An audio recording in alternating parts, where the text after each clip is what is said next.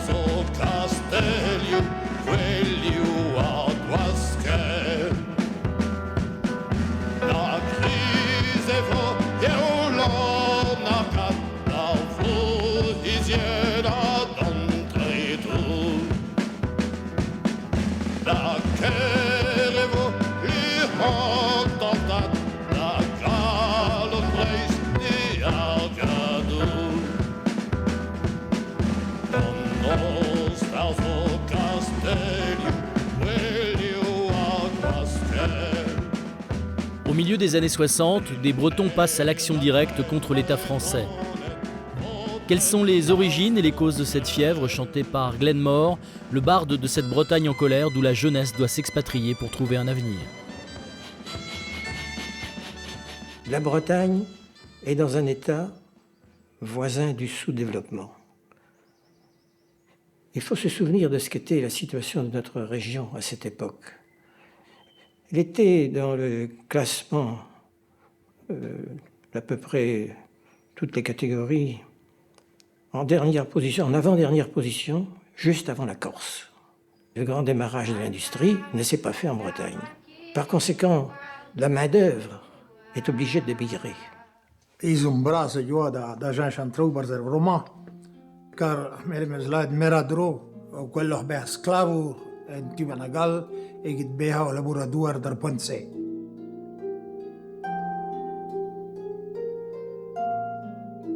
Juntriama denevet nandodur. Arguru a joa en engavet neves en engavet. Abrave chez nous pas magantarkan. Que ce soit pour l'équipement rural, que ce soit pour l'électrification, que ce soit pour les adductions d'eau, que ce soit surtout pour l'image qu'elle donnait à l'extérieur. On considérait la Bretagne comme une région en retard. Elle l'avait manqué non pas, comme on a tendance à le dire, à cause de l'État, elle l'avait manqué parce que les Bretons avaient manqué, eux, d'imagination et d'audace. Mahada jo begreat gada post Aga begalet gas pelgams dan dud med nahe joa. Blevet chez nous triseg a trugen. A raug e joa barez pempe huerti. Aga joa l'erchou pelgams. S'il y avait un plan breton, il y aurait naturellement des institutions pour le gérer. Vous pensez bien que dès lors qu'il y a un plan, l'État commence à s'inquiéter. Joseph Martret crée à Quimper en 1950 le comité d'études et de liaison des intérêts bretons avec le soutien de l'ancien président du Conseil René Pleven. Il réunit élus locaux, sénateurs, députés, chefs d'entreprise et économistes pour travailler au développement de la Bretagne. Le mérite véritable Bucélippe, s'il en a un, c'est d'avoir réveillé les Bretons. Il leur a dit, ça, tout dépend de vous. Ça ne dépend pas de l'État. Bien sûr, il faut bousculer l'État quand il ne nous cède pas. Et il faut surtout établir des institutions qui permettent à la Bretagne de s'exprimer. L'agriculture traditionnelle bretonne, pléthorique, autarcique, peine à entrer dans le capitalisme français. La colère au cœur et sous la direction de ses leaders, comme Alexis Gourvenec, elle s'organise. Dans le Léon, les paysans bretons, désireux de maîtriser le marché, créent la SICA de Saint-Paul.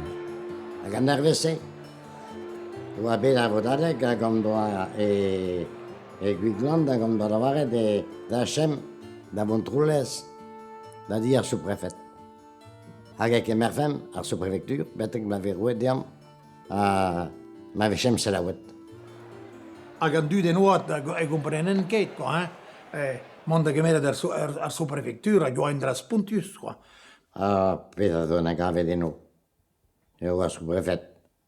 A do krogada arpesaunena. Agado te quit. Pomingat, mathe wa tre content do hugen mathe tu da joa e varzer bureau sous-préfet a go joa nugen menak e varzer rue a radio. Cantatra la varas. A paysanter skemere dar sous-préfecture et Montroules. C'est tu arrêt que de da zeiza jamitin. A beneiza wa anoldu da joa le Montroules. Et ce qu'on a appelé la prise de la sous-préfecture de Morlaix, qui n'était pas une prise de la sous-préfecture de Morlaix, pas plus que la bataille du Rail n'en était une. C'était tout simplement Alexis Gourvenec forçant un peu la porte. Alexis Gourvenec et Marcel Léon sont arrêtés puis jugés à Morlaix le 22 juin 1961. 3 milden ajoa, ei mun trulle den arvesen. Så du har skrevet ja, en urs, et on y aura qu'il y a en urs à vous. Même au diché dans les années, un tour d'arvesen. Et qu'avdin, à Pevrasa, j'en ai rien à Varnarien, arrêté, on dit chez Galette, comment dit en dû, arrêté, on dit chez Chuet, Estrea de nos pétamans en dur, mais. En 62, ce sera la bataille du Rail, une lutte contre une tarification injuste des transports ferroviaires qui pénalise la Bretagne enclavée. Depuis l'avènement d'une 5e République qui tourne le dos au régime parlementaire, le Célib, incapable de se faire entendre par la seule voix de ses élus, appelle désormais à l'action syndicale. Dans la deuxième époque du Célib, notre action s'est durcie. Et c'est là que nous avons décidé, avec le syndicalisme agricole, mais aussi avec tous les syndicats ouvriers qui se sont joints à nous, nous avons décidé d'arrêter les trains en Bretagne si le gouvernement ne cédait pas sur ce problème. Alors cette opération a duré 3 jours et le gouvernement a cédé.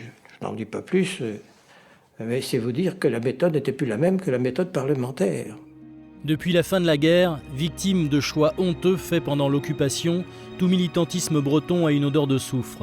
En 1957, Yann Foiré tente de faire revivre l'action politique bretonne en créant le mouvement pour l'organisation de la Bretagne. Je fais partie d'un mouvement breton qui s'appelle le MOB, cela veut dire le mouvement pour l'organisation de la Bretagne, et qui justement est un mouvement qui est favorable à un certain fédéralisme breton, qui donnerait aux paysans et à tout ce qui est breton une certaine autonomie administrative, j'entends bien, et il ne s'agit pas d'un séparatisme comme le craignent beaucoup de gens. Le MOB était indiscutablement, il faut avoir l'honnêteté de le reconnaître, une réapparition de l'ancien mouvement breton. Ne serait-ce que la personnalité emblématique de Foiré est là pour le montrer, quoi. La nouveauté, c'était des gens comme moi, c'est-à-dire toute une génération de gens qui rejoignaient la cause bretonne pour des raisons en général assez diverses, quoi. La grande question de politique française de l'époque, c'était la guerre d'Algérie, qui occupait vraiment tout, et qui concernait en particulier les jeunes, parce qu'il y avait la question d'aller servir en Algérie. Nous nous sommes rendus compte que certains de nos aînés étaient en contact, mais en contact tout à fait précis, avec des éléments extrémistes, qui ont donné ensuite les groupes algériens des soutiens au colonel, etc. Début 1964, les plus jeunes quittent donc le MOB et créent l'Union démocratique bretonne. On était réellement sur des valeurs de gauche. Les militants de l'IDB, c'était des militants qui luttaient pour les conflits du travail. La lutte des classes, pour nous, c'était quelque chose de tout à fait admis. L'Emzao est le nom de ce mouvement aux aspects très divers qui rassemble ceux qui affirment l'identité et les aspirations du peuple breton. J'ai découvert en fait l'immense duperie qu'avait été ma vie jusqu'alors, qui avait consisté à jamais nous parler de la culture, celle qui vivait, celle qui existait, mais dont personne jamais ne parlait. Ça a commencé comme ça, en somme. À l'époque, sortir un Gwenadu, c'était se faire casser la gueule dans une manif. C'est l'époque aussi où est sorti le BZH, l'autocollant BZH, qui a été interdit par Marcellin. Pour faire bonne mesure, il a interdit en même temps les cuissons européens d'ailleurs.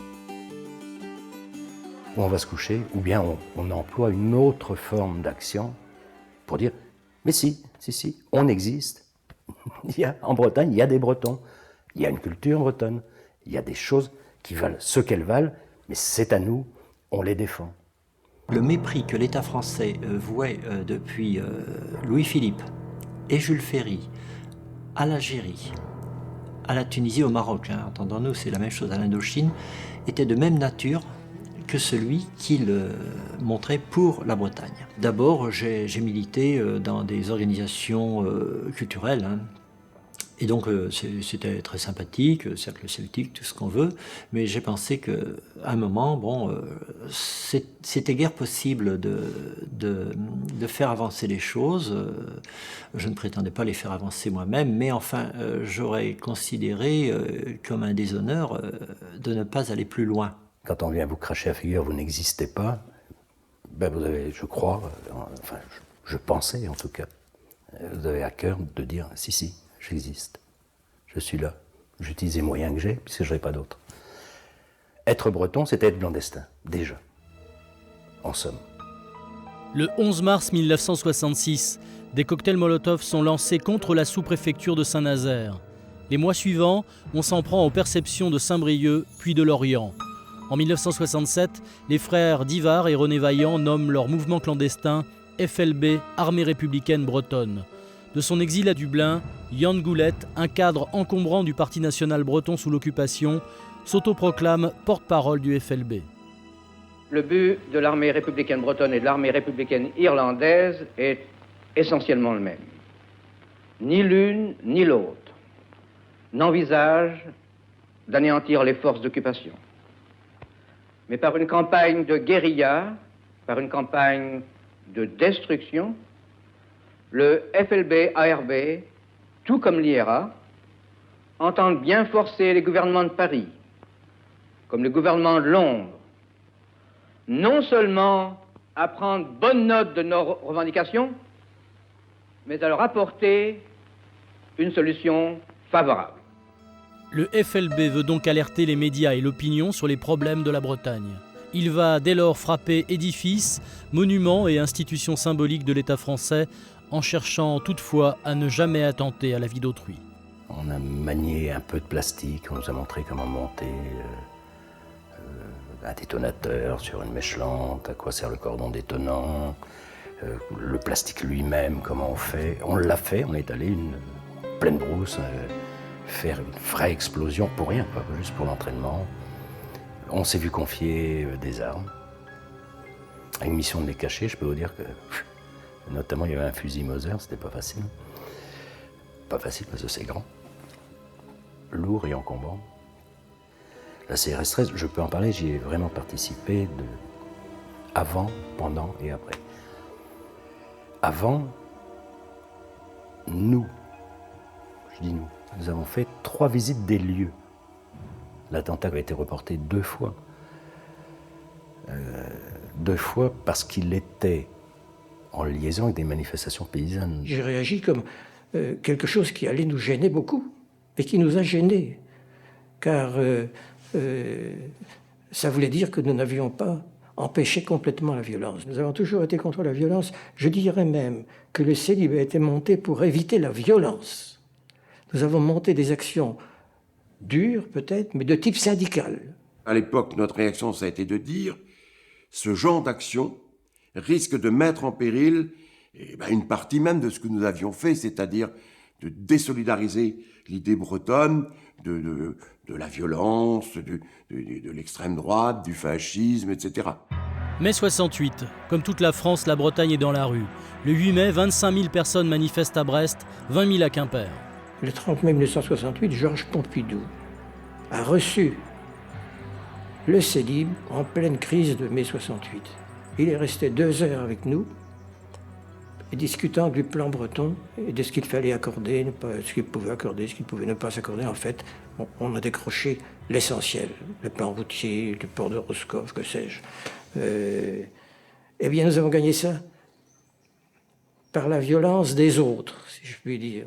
Il y a une motivation propre et constante, si vous voulez, qui est la motivation générale des militants bretons, à savoir quelque part une réaction à cet obstacle institutionnel permanent auquel ils sont confrontés, qui est le principe de non-reconnaissance de leur identité collective. C'est assez caractéristique et intéressant d'ailleurs de voir que ça n'est pas lié à un univers social ou à un milieu déterminé, mais que, quelque part, la conscience bretonne qui animait ces gens était général et que ça touche l'ensemble de la population en Bretagne, l'ensemble des Bretons. Nous étions tous, enfin, les jeunes, anciens étudiants, on était tous un peu marqués par quand même une volonté d'en découdre avec la société. La remise en cause était fondamentale. Et tout ce qui avait ce parfum d'activisme, de clandestinité, était très, très fort en nous. Nous avions un but purement d'émouvoir la classe politique et le pouvoir. C'était ça l'objectif. C'était ça. Ça s'arrêtait en fait à ça. C'est-à-dire que nous voulions témoigner parce que la Bretagne n'avait pas le téléphone, la Bretagne n'avait pas d'autoroute. Compte tenu de mes prises de position dans Bretagne Magazine, j'ai été contacté par des militants du FLB. Et j'étais à l'expansion, comme je vous disais. Et j'avoue que que je me suis engagé sans... Bon, j'ai réfléchi, bien entendu, mais je me suis engagé comme ça, sans même soupçonner que je pouvais être manipulé, ce qui aurait été possible à la limite. Je me suis retrouvé à Paris avec 2 autres camarades auxquels j'étais présenté de manière un peu secrète. Enfin, il y avait quand même un fond de clandestinité dans tout ça. Et avec ces 2 camarades, on a créé ce qu'on appelait un commando du FLB. Entre septembre et décembre 68, nous avons commis en effet quelques attentats. Et ces attentats n'ont touché qu'à des pylônes électriques et puis une canalisation d'eau à Louvciane. Avant de citer ces vers en breton de son grand-oncle poète, De Gaulle présente aux Bretons un projet de référendum sur la régionalisation. De Gaulle échouera et quittera le pouvoir. Va gorf, zo d'achet, mais David Hoch, nisi vasperet, vela labus adenaskel, niji da gaud hev reder abel. De 1966 à 1968, 36 attentats sont perpétrés et frappent gendarmerie, bulldozer, perception, mairie, entreprises de travaux publics, préfecture et sous-préfecture. Devant ce qu'on peut appeler un certain succès de l'action du FLB, nous sommes posés la question de son recrutement. En se disant, et si le FLB recrutait dans les rangs même de l'UDB? Je reçois un coup de fil, moi qui étais membre du comité directeur, d'un autre membre du comité directeur qui était Janssen Veillard. Moi j'étais brestois, lui il était rennais. Et Veillard me téléphone en me disant, on a deux camarades qui viennent d'être arrêtés par la police, qui viennent de tomber. Et ils étaient membres du FLB. Et je me rappelle très bien que Veillard a dit, il faut les exclure. J'ai dit oui. J'ai dit oui, il faut les exclure. Et il a ajouté, tu rédiges le communiqué. À l'époque, n'oublions pas, c'est des époques où on a des ministres de l'Intérieur qui sont les Bonnet, plus tard les Marcelin, des gens qui n'hésitent pas à interdire et sans aucun état d'âme des organisations. Qui dirigeait le FLB, on n'en savait rien. C'est nous qui estimions, au vu des renseignements recueillis sur le terrain, qu'ils étaient 2 ou 3 à diriger le FLB.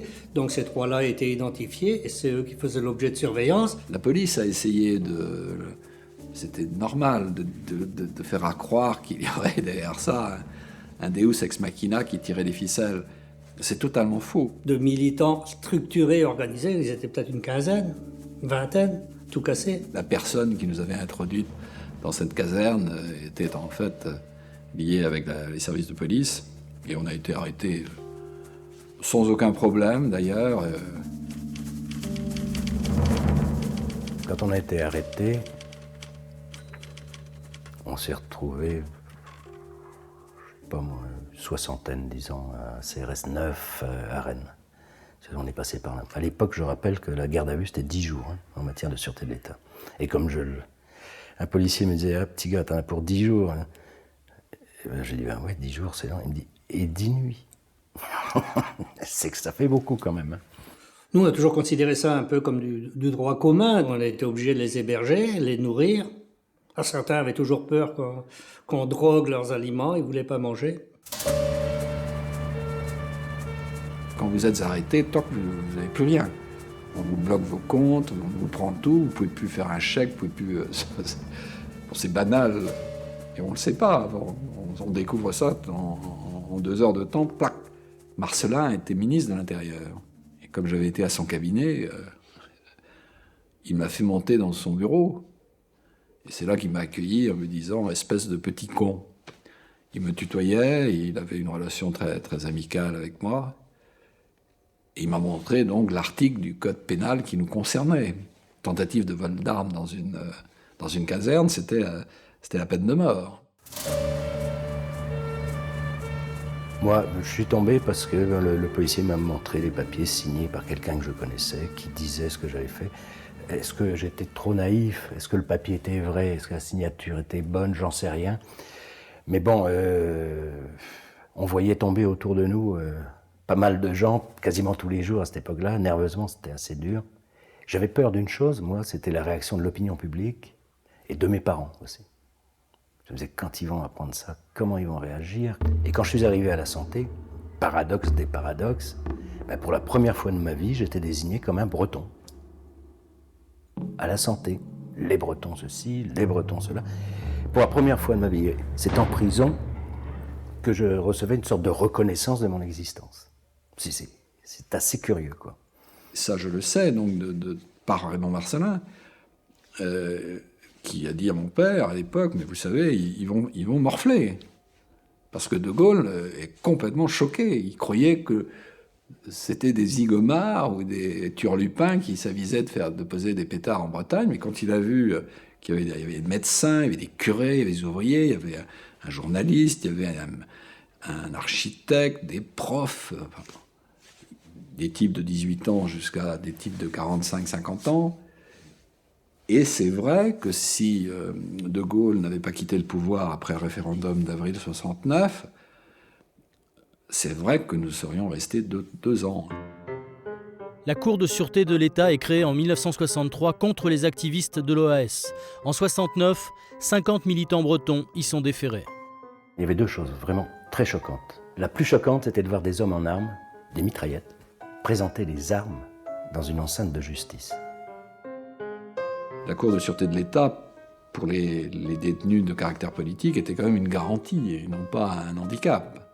Nous avions une procédure, on était à la santé, nous avions notre quartier, exactement comme les types de l'OAS ou comme les types du PC pendant l'affaire des généraux Gaume, etc., en 52-53, comme Duclos avait été là, comme l'extrême droite avant la guerre, nous avions un statut politique. On a fait une longue grève de la faim, on en a fait plusieurs. Une première pour être regroupés, on était au secret au début, il ne faut pas oublier, c'était pas très marrant. On était tout seul, il faisait froid, c'était l'hiver. Personne ne prenait une position dure contre nous. Aucun journal. Même pas l'Aurore, qui à l'époque aurait été plus sensible à ce genre de truc. Il ne voulait pas d'un procès, compte tenu du nombre de gens qu'il y avait et encore une fois de cet agrégat démographique extrêmement intéressant et qui aurait quand même jeté un trouble. Quand l'UDB refuse de reconnaître les tribunaux d'exception de l'époque, elle n'est pas seule dans le paysage politique. Il y a d'autres formations, y compris formation française, qui récusent à l'époque les tribunaux d'exception. C'est la position notamment de la gauche, en général, et de l'extrême gauche. On a recueilli des centaines au début, puis des milliers de signatures sur un texte qui était un texte justement qui condamnait les tribunaux d'exception, qui n'approuvait pas le FLB, qui désapprouvait même. Je crois me souvenir que le texte au départ désapprouvait l'utilisation de la violence, mais sans la justifier, l'expliquait au moins. Le nouveau président de la République, Georges Pompidou, accorde l'amnistie aux militants bretons. Nous avons voulu, au début du chapitre, qu'ouvre dans notre vie nationale le commencement d'un nouveau septennat, donner à tous ceux qui avaient pu succomber à un entraînement passager la chance de reprendre leur place au sein de la communauté. Georges Pompidou a amnistié, mais là encore, l'amnistie a été demandée par tous les élus. Il y avait une flopée de maires qui avaient signé, il y avait Poher qui était contre le candidat contre Pompidou, donc à l'élection de 69, qui lui également avait dit qu'il demanderait notre amnistie. Donc tout ça a fait que Pompidou a accepté de la demander lui aussi et on a été amnistié, donc pas de procès. Chaque fois qu'il y avait des libérations, la SNCF, quand même, quand on y pense, c'est assez cocasse, annonçait l'arrivée des détenus du FLB dans la gare. Avec au micro, on disait il y a 3 détenus qui débarquent et donc à Saint-Brieuc, à Rennes, à Nantes, tout le monde se mettait en liesse, on les applaudissait. Donc visiblement, l'adhésion du peuple breton, de la Bretagne, en faveur des détenus était forte, hein, il n'y a aucun doute là-dessus. La grève du juin français dure des mois et suscite un élan de solidarité sans précédent. Classe ouvrière, syndicats, élus locaux et mouvements bretons se retrouvent en première ligne. On entend « Juin français, FLB, même combat ». Dans ce FLB post-68 art, des gauchistes côtoient des nationalistes de la première heure. Si on fait la sociologie des militants de ces années-là, et si on la compare à notre sociologie à nous, mais il n'y a plus rien de commun. C'est plus du tout une image homothétique de la Bretagne. C'est beaucoup de chômeurs, beaucoup de jeunes qui ont des vrais problèmes de travail, qui ont des vrais problèmes d'argent.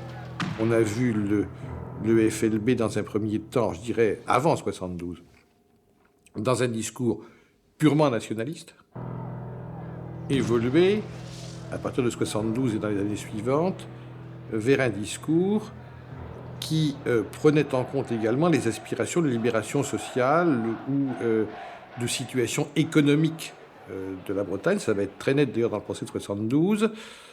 Par la suite, on verra apparaître les préoccupations écologiques, par exemple. Les combats sociaux, je les ai menés à l'intérieur des syndicats. Bon, et puis le combat pour la Bretagne, j'ai été membre de partis politiques qui existaient à l'époque. J'ai même été candidat pour Srola Darro en 73. Bon, et on s'est aperçu que ça débouchait sur rien. Il y a eu le FLB ARB, Armée révolutionnaire bretonne, le FLB ARB, Armée républicaine bretonne. Sont venus en plus se joindre à ça un groupe qui s'est appelé Trawar. Il fallait essayer de faire en sorte que ces gens puissent travailler ensemble. À l'intérieur de ce Cusulmeur, il y avait des gens un peu plus de droite, d'autres un peu plus progressistes, d'autres qui parlaient plus du nationalisme, d'autres plus de l'anticapitalisme. C'était l'époque quand même, et il faut pas oublier ça, c'était l'époque où on nous parlait d'autogestion. Mais moi j'étais d'une prudence extrême et personnellement je ne parlais à personne d'autre. J'étais une tombe pour ça. Certains groupes qu'on redécouvrait n'avaient pas la même technique ou des techniques différentes de fabrication. Donc c'était des occasions, entre autres, d'envoyer quelqu'un pour des formations en explosifs, des formations en explosifs, mais sécurisées, pour que les gens ne fassent pas n'importe quoi. Moi j'ai fait 2 voyages en Irlande, importants pour moi, et des Irlandais ont fait un voyage en Bretagne. L'organisation s'était fondée sur ce qu'on appelait des kevren, vraisemblablement par pays breton. Je pense que l'organisation n'était pas structurée par le haut. C'était elle-même qui s'auto-structurait. C'est-à-dire que la seule consigne qui m'avait été donnée par celui qui m'avait contacté, par le Canadien, c'est que nous devions être 3, puis c'est tout. C'était pas des structures, des grandes structures militaires comme on peut en trouver ailleurs. On nous remettait les explosifs. D'ailleurs, on payait on n'avait pas beaucoup d'argent, vraiment. On payait une cotisation, si vous voulez, et tous les mois. On avait autour un cercle de personnes qui étaient prêtes à nous aider, ne serait-ce que pour trouver de l'argent pour financer ce qu'on faisait. On avait un autre cercle de personnes qui étaient prêtes à repérer des objectifs, à repérer des endroits où on pouvait voler de l'explosif. Mais en général, ces gens-là ne participaient jamais aux actions. Pour une structure comme nous avions à Brest, j'arriverais facilement à 25-30 personnes. Pendant un moment, ils avaient acheté à l'heure industrielle des minuteurs coupe-à-temps. Alors donc c'était un minuteur qui sert notamment dans les gazinières et donc qui était plus ou moins fiable à condition d'être bien monté. Mais c'est quand même pas du matériel de haute technologie. Souvent, c'était des mises à feu électriques avec des allumeurs, des retardateurs bricolés, ce qui fait que ça sautait, ça échappait complètement au contrôle de ceux qui avaient posé la bombe, qui entre-temps étaient bien loin quand ça sautait. C'est pas fait pour tuer, bien évidemment, mais on prend le risque de tuer. À cette époque-là, en Bretagne, il y avait des groupes qui démarraient, qui, pour nous, étaient complètement incontrôlables. Et donc, il fallait essayer de savoir qui c'était. Parce que le jour où on fait des actions dans une ville, quand il y a des groupes incontrôlés, on peut se trouver nez à nez avec quelqu'un qu'on ne connaît pas et qui peut faire le contraire ou de ce qu'on voudrait faire. Il y a eu le FLB-LNS pendant un moment, et ils voyaient qu'il y avait des gars qui opéraient en franc-tireur. Un FLB-LNS coupable de distribuer des tracts gauchistes tout au plus. Son recrutement se fait à partir d'une petite annonce passée dans le jeune quotidien Libération.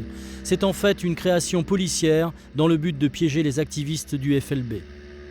La DST nous tenait au courant des renseignements qu'ils obtenaient et nous, on les exploitait sur le plan procédural. Il y avait des rendez-vous, il y avait les fameux cusulmeurs, comme ils appelaient, donc on essayait, donc sans se faire mordre, comme on dit, d'essayer d'assurer les filatures le plus lointain possible. La DST avait sûrement des écoutes téléphoniques. À l'époque, c'était rare, les écoutes téléphoniques, mais la DST en avait dans le cadre de la sûreté de l'État. La question de faire des attentats contre des militants UDB pour amener le mouvement breton à se déchirer a été étudiée par les policiers, que des noms ont été cités, qu'on a donné mon nom, qu'on a donné le nom des frères Guéguéniat, qu'une opération de police a été montée pour voir à faire sauter éventuellement nos résidences secondaires. L'anecdote est amusante, c'est qu'à l'époque, nous étions jeunes et militants, et que de résidence secondaire, on n'en avait pas. Et on aurait pu, à la limite, avoir cette image que certains avaient, le bras armé, le FLB, et le mouvement politique, l'UDB, quoi. Honnêtement, c'était un scénario que, d'ailleurs, la police, la première, était persuadée que c'est comme ça que ça fonctionnait. Je dois à la vérité de dire que ça n'a pas l'ombre d'une existence. Saint-Malo, avril 72. La villa de Bouygues, l'entrepreneur, est détruite par un attentat. La DST sera mise en cause. Et ça n'a jamais été prouvé. Il y a eu des enquêtes administratives qui ont mis hors de cause la DST. Mais nous le baigneur nous a été présenté comme ça. Le lendemain, ils ont dit, tiens, c'est un tel. La ST est venue nous voir en disant, c'est un tel qui ont fait l'attentat contre la villa Bouygues. Donc on les a serrés. Eux avaient suivi les gars. Ils ne savaient pas très bien où allait avoir lieu l'attentat, mais on savait que c'était dans la région de Saint-Malo. L'adjoint du chef local de la DST à Rennes à l'époque apporte ce témoignage écrit. L'opération a été menée par la DST, ce qui est d'ailleurs confirmé par les responsables eux-mêmes. J'en ai connaissance quelques semaines à l'avance par 2 de mes subordonnés qui me font part des préparatifs. L'affaire fera grand bruit. Ce témoin sera écarté de la DST et achèvera sa carrière comme commissaire principal à la sécurité publique. Le ministre de l'Intérieur a fait constater ce matin par le Conseil des ministres qu'un groupement basque, un groupement corse et 2 groupements bretons se livraient actuellement à des attentats par explosifs, à des menées portant atteinte à l'intégrité du territoire, et il a été décidé de les dissoudre. Cette même année, le présentateur Charles Le Gall démissionne de ses fonctions. Sa direction l'avait censuré alors qu'il annonçait la tenue d'un meeting de soutien aux militants bretons. De discuter cathédrale que mensen puis à Hello avait déjà vers Hello et nous vers un télégramme nous vers Ouest France.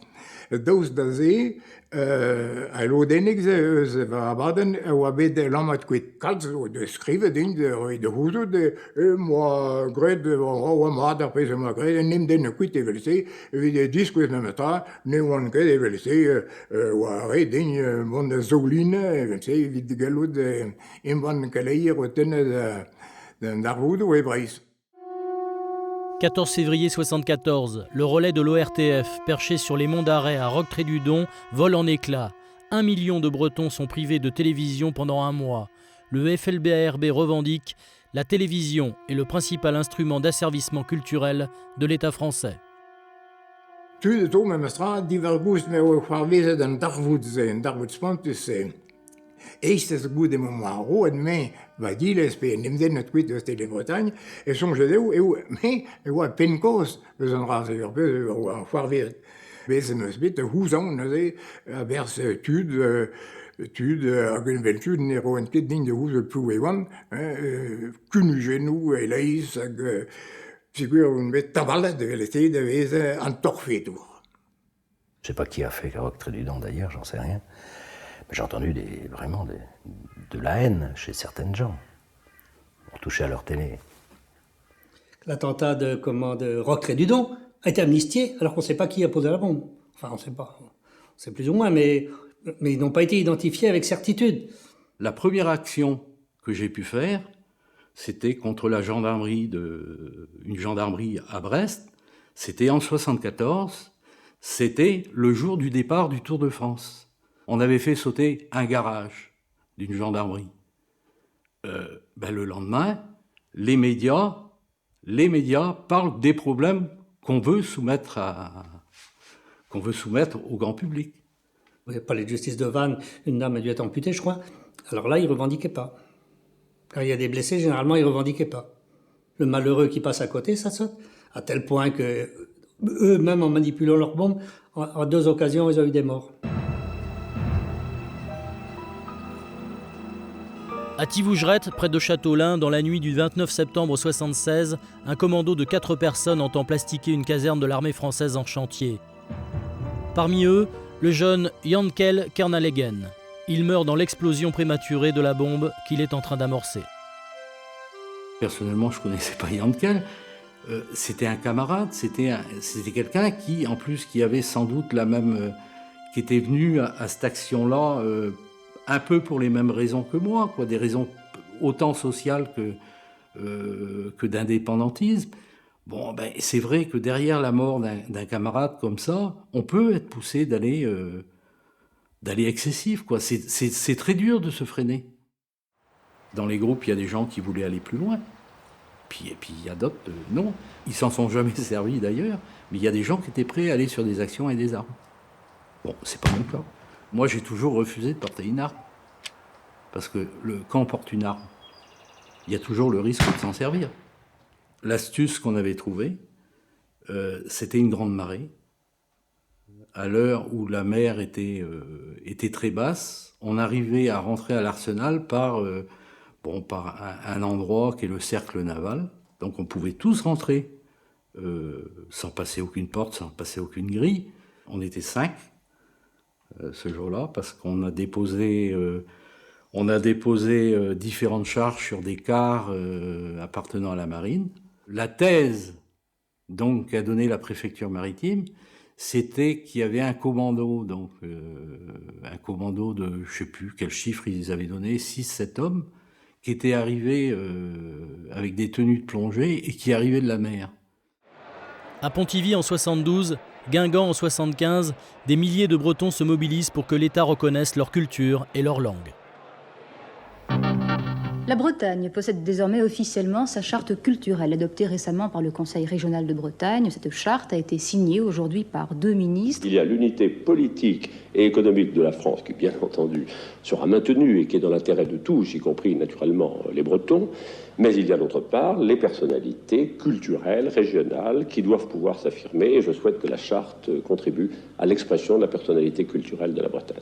Juin 78, l'escalade se poursuit. Symbole parmi les symboles, Versailles est dans la ligne de mire d'un commando. Versailles a été évoqué. Mais Versailles a été évoqué comme beaucoup d'autres objectifs présentés par tel ou tel groupe. Je pense, sans vouloir trahir les autres participants à cette réunion, que Versailles a été pris avec des petits sourires.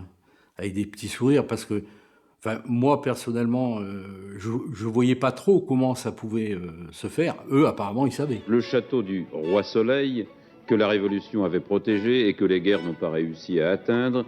Le château qui n'a connu ni l'incendie ni la foudre depuis 1789 a connu cette nuit son premier attentat. C'est un attentat qui a défiguré un ensemble particulièrement prestigieux du patrimoine national.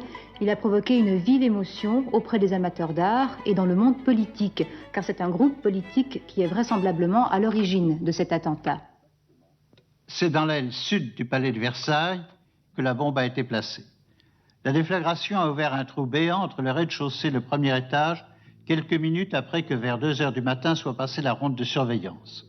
Mon sentiment, c'est un sentiment de scandale. Je trouve que c'est absolument fabuleux de penser qu'un homme ou qu'une association ait pu se permettre une barbarie pareille. Vous savez que vendredi dernier, elle avait déjà arrêté, la police de Rennes, 2 hommes âgés de 28 ans et qui avaient avoué être les auteurs de l'attentat contre le château de Versailles. Les interrogatoires de Patrick Montausier et Lionel Chenevière ont donc abouti à l'arrestation de 6 autres personnes. Toutes ont été présentées ce matin devant la Cour de sûreté de l'État. L'opinion publique n'a sans doute pas compris Versailles.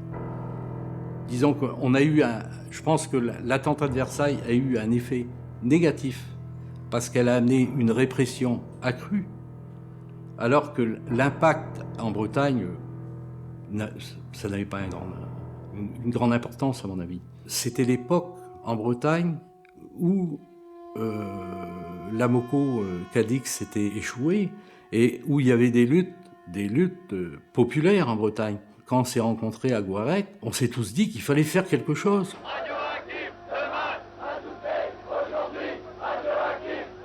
Après l'Amoco Cadix, il y avait un nombre stupéfiant de policiers sur nous. Après l'Amoco Cadiz, dans une Bretagne militante survoltée, l'attentat de Versailles déclenche une répression de grande envergure contre le FLB-ARB. Le procès des 14 séparatistes bretons accusés de 13 attentats a débuté devant la Cour de sûreté de l'État. Ils sont également accusés de reconstitution de mouvements dissous, FLB, ARB, c'est-à-dire le Front de Libération de la Bretagne et l'Armée révolutionnaire bretonne. Nous savons maintenant, puisque nous avons trouvé, au cours des perquisitions et des arrestations, des postes de radio bricolés par nos adversaires et qui leur permettaient de suivre toutes les opérations de police qui étaient dirigées contre eux. En fait, ils écoutaient nos émissions de police de façon parfaite et continue, déjouant ainsi aisément les filatures dont ils étaient l'objet. Et évidemment, ça explique que nous ayons été très souvent pris à contre-pied dans ces opérations. Le FLB répond aux superflics bretons. À Bréhec, la villa costarmoricaine du directeur de la SRPJ de Rennes est plastiquée le 30 mars 1979. Juridiction d'exception, la Cour de sûreté de l'État devient une tribune pour le mouvement breton et au-delà, c'est toute la gauche bretonne et ses amis qui vont y défiler. J'ai été arrêté dans un second temps, ou dans un troisième temps. J'ai eu le temps de voir à la télévision que le réseau était tombé, quoi. À ce moment-là, je pouvais partir. Un vendredi soir, j'étais parti avec un ami et j'ai reçu un coup de téléphone de ma femme. J'habitais à Milizac à l'époque. Et elle a appelé chez l'ami, quoi, en me disant bon, ils sont là. On entend donc le réquisitoire, quoi. Et puis c'est 9 ans de réclusion criminelle. Bon, là, ça fait mal. Il faut se faire un emploi du temps. Pour tenir en prison, il faut ça. Il ne faut pas rester inactif à ruminer.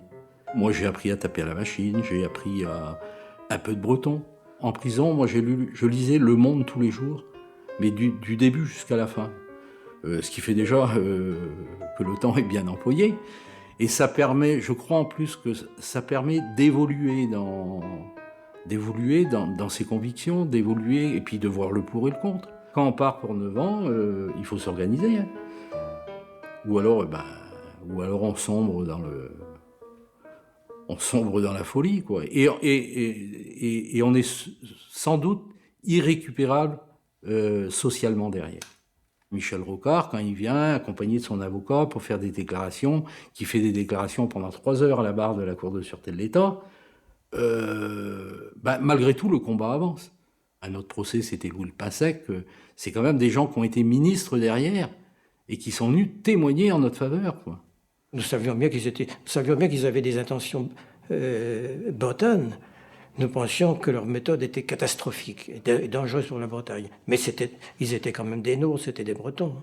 Presque aussi vite que la condamnation est venu le soutien aux familles des militants incarcérés. Dès mars 69, l'UDB met en place, c'est le trésorier du parti qui parle à l'époque, une aide financière des familles de nos 2 camarades incarcérés, et accessoirement de nos camarades également en prison. Pour nous, nous avions des devoirs, une sorte de solidarité à l'égard de nos ex-camarades. Dès 69, lors des premiers procès de militants bretons devant la Cour de sûreté de l'État, des personnalités comme l'écrivain Xavier Graal, l'avocat Jan Schouk, Gwentland Le Squezek et Père Roy von Squezel-Vrijs, un secours breton qui va dès lors aider les militants incarcérés et leurs familles. Puisque ma famille a eu besoin de Squezel-Vrijs, je me suis engagé à fond pour aider Squezel-Vrijs à subvenir aux besoins des familles des emprisonnés bretons. On n'a pas apporté de jugement, puisqu'on est une association à but humanitaire. L'impôt révolutionnaire, je ne pense pas que ça existe. Tout au moins, moi, j'ai personne qui m'a apporté des sommes d'argent énormes. L'argent vient tout simplement des Bretons, des Bretonnes, des gens de, comment dirais-je, je dirais du monde entier, parce que ça vient du monde entier. 1980, la Bretagne ne désarme pas. Elle s'insurge contre l'implantation d'une centrale nucléaire à Plogoff. La gauche socialiste est aux portes du pouvoir. Régionalisation, langue, identité et culture. Les Bretons peuvent-ils nourrir l'espoir d'être enfin entendus par l'État français ? Madame, mademoiselle, monsieur, bonsoir. Il n'y aura donc pas de centrale nucléaire à Plogoff. Le ministre de la Mer l'a confirmé. Monsieur Le Pincette a en effet déclaré ce matin qu'au cours du premier conseil des ministres hier, le président Mitterrand avait indiqué à ce sujet qu'il convenait de confirmer ce qui avait été dit. Je peux vous dire que la loi d'amnistie sera très large et très généreuse. Et que, forcément, elle comprendra des dispositions qui toucheront aux détenus corses, bretons, et d'ailleurs, pas seulement à ceux-là, à tous ceux, hommes ou femmes, qui actuellement ont fait l'objet de poursuites ou sont déjà condamnés par la Cour de sûreté. Le 29 juillet 1981, Robert Badinter, le nouveau ministre de la Justice, fait voter une loi supprimant la Cour de sûreté de l'État. Honnêtement, très honnêtement, je pense que l'action du FLB, et je pèse mes mots, a été positive. Je dis bien, a été positive. Du moins dans ses premières périodes. Parce que ça a obligé l'opinion publique, la première, ensuite les médias parisiens, et d'une certaine manière, les milieux gouvernementaux, à s'interroger sur la situation de la Bretagne, qui pouvait être telle qu'elle a amené des gens à poser des actes aussi extrêmes. Nous pensions que ça allait faire l'objet d'une réprobation populaire. Cette réprobation populaire n'a pas eu lieu. C'est tout de même pas le FLB qui a gagné le plan breton. Nous avons gagné le plan breton, nous avons gagné le développement industriel, nous avons gagné la remise de la Bretagne dans le monde moderne. Nous l'avons gagné par la négociation et surtout, par l'action des Bretons eux-mêmes et par les initiatives qu'ils prennent. La Bretagne d'aujourd'hui, avec son réseau à 4 voies, n'a plus rien à voir avec celle d'hier. Les Bretons sont à nouveau fiers d'une identité niée si longtemps. Peut-on alors évaluer sereinement le rôle de l'action d'un FLB qui prit le risque de plonger la Bretagne dans la violence ? Le long escalier que nous avons devant nous, on a peut-être sûrement aidé à franchir 1 ou 2 marches. Des marches de départ. Sûrement. Moi, j'ai aucune disposition pour faire de la violence. Je l'ai faite, franchement, je pense, par honneur. La gauche de 81 décevra les militants bretons. Une poignée d'activistes renouera alors avec l'action violente au cours des années 80. Ce nouvel ARB ne mobilisera qu'un soutien très marginal, surtout après le drame de Kéver, jamais revendiqué ni vraiment éclairci. C'est la mort d'une innocente qui mettra un terme à l'action violente en Bretagne. En mars 2003, 10 000 personnes rappelaient pourtant dans les rues de Rennes que les revendications bretonnes étaient, elles, toujours d'actualité.